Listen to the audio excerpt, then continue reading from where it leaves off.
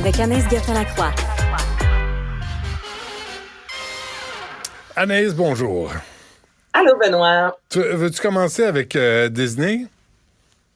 Allons-y. Donc, il y a une vidéo qui refait surface depuis quelques jours, Benoît. C'est une une courte vidéo. Ça dure environ 11 minutes et c'est une vidéo, une production de Disney. Donc, ce sont des dessins animés. Ça a été créé en 1946 et c'était pour éduquer les jeunes femmes et les jeunes hommes, les jeunes hommes, mais surtout les jeunes femmes aux menstruations. OK? Et je te dirais que j'ai été agréablement surprise parce que déjà là, on disait aux jeunes filles que c'était possible de faire du sport, que c'était possible de continuer à vivre, même si on avait des règles. On explique l'utérus, ça vient d'où exactement les menstruations. Mais il y a quand même quelques passages, je te dirais, que je te supprimerais sur un moyen temps. Donc, je vais te faire entendre un extrait de cette vidéo-là qui est disponible notamment sur YouTube. It's smart to keep looking smart. That well-groomed feeling will give you new poise and lift your morale, especially when it's backed up with year-round fresh air and sunshine and plenty of rest and sleep. Because the best possible insurance against trouble on those days is healthy living every day. And that's the story. J'aime la musique. Moi. There's nothing strange nor mysterious about menstruation. Mais ça, c'est intéressant quand même. 1946, puis il n'y a rien d'étrange ou de douteux aux menstruations. C'est quand même presque révolutionnaire.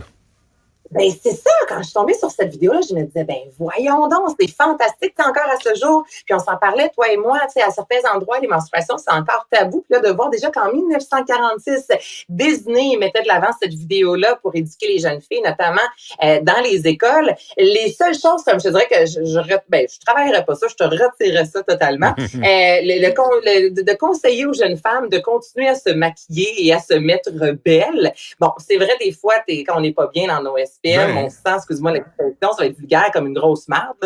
Il n'y a pas d'équivalent. Je m'excuse, là, j'ai essayé, mais il n'y a aucun équivalent. Puis je pense que la majorité des femmes vont être en accord avec moi. Donc, c'est sûr que des fois, pour de se maquiller, d'essayer de se mettre sur son 36, ça peut aider, mais en même temps, de là à conseiller à quelqu'un de se mettre du mascara dans ses SPM, il y a plus de chances que je te le pitche d'en face que je me le mette sur les... Oui, à ce point-là?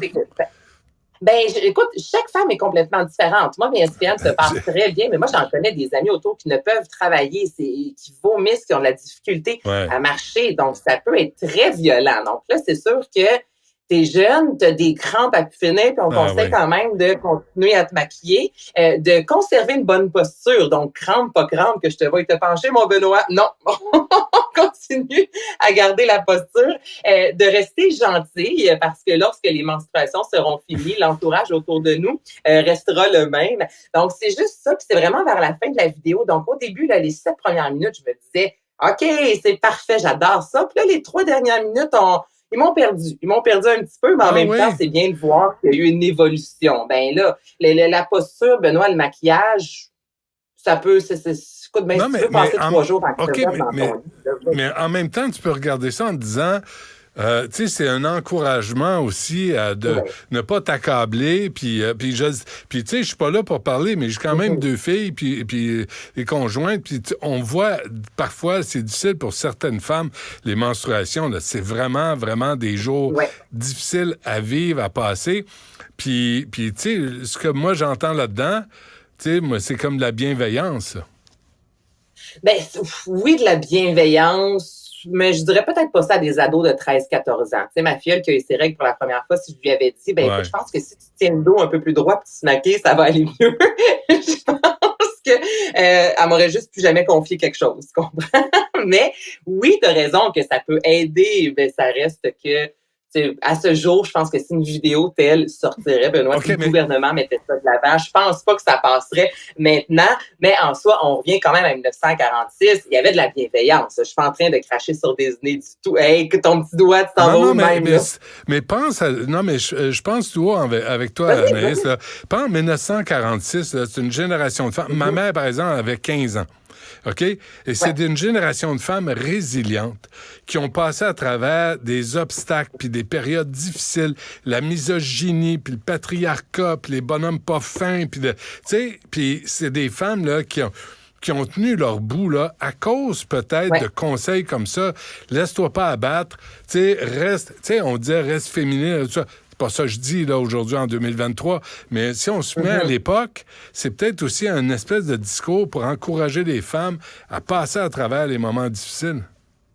Ben, non, mais t'as sans doute raison. J'avoue que l'oppression à l'égard des femmes à cette époque-là, notamment, là, était assez, même par moments violente. Oui. Donc, ben, t'as raison, tu sais, parce que là, moi, c'est sûr que je le vois avec un recul en 2023, mais c'est sûr que peut-être qu'à l'époque, de dire aux femmes, hey, t'es menstruée, mais sache que tu peux continuer à te maquiller, sortir, faire des activités, fais quand même attention à ton, même si t'as envie d'être bête, fais attention à tout ça. Tu sais, il y a quelques conseils en même temps. Oui, il y avait peut-être ce côté-là, power, là, vraiment le pouvoir aux femmes de sache que tu peux te prendre en main même si tu es menstruée.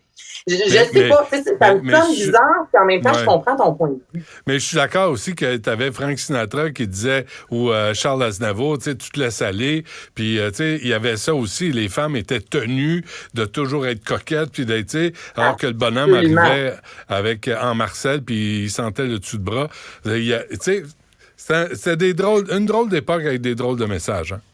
Ben exactement. Mais regarde, ça a été fait 10 minutes, c'est sur YouTube. Vous écrivez seulement désigner menstruation. Là, je te dis ça, là, onglet de recherche. Là, ça vaut quand même la peine de jeter un coup d'œil. Le dessin et tout ça, l'animation, là, c'est intéressant. C'est très Roger Rabbit. Oui, puis de comprendre comment ça se passait aussi à l'époque. Tu sais, que vous n'êtes pas une génération spontanée. Tu sais, il y a eu des femmes et des hommes avant nous. Avant nous. Ouais. La taxe rose.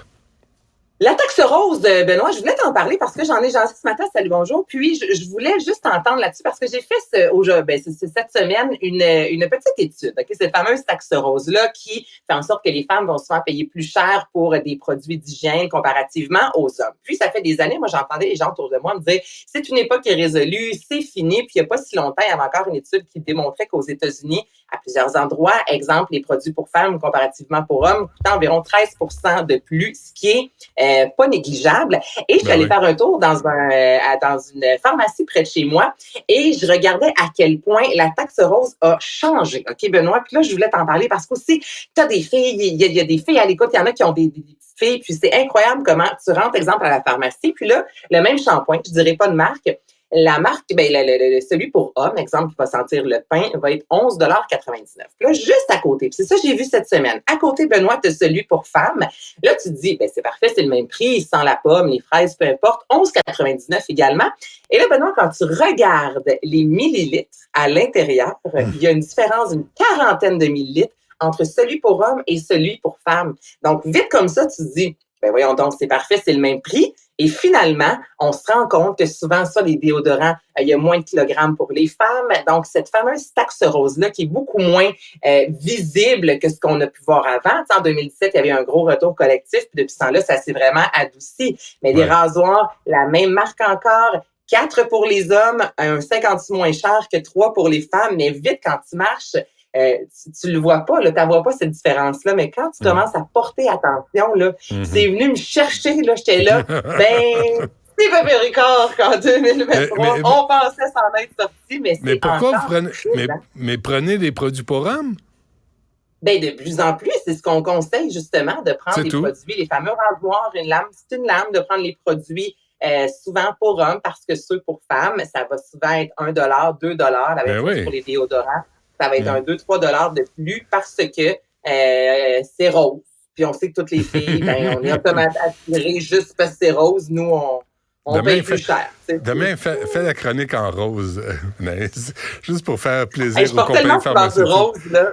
Oui, je le sais. Bon, parfait. Merci, Anaïs Gertin-Lacroix, qui est avec nous à chaque jour en fin d'émission pour alléger aussi, parler d'autre chose que d'horreur et de terrorisme et de guerre. Merci, Anaïs. Merci à toute l'équipe. Yasmine Abdel-Fadel suit à l'instant. Cet épisode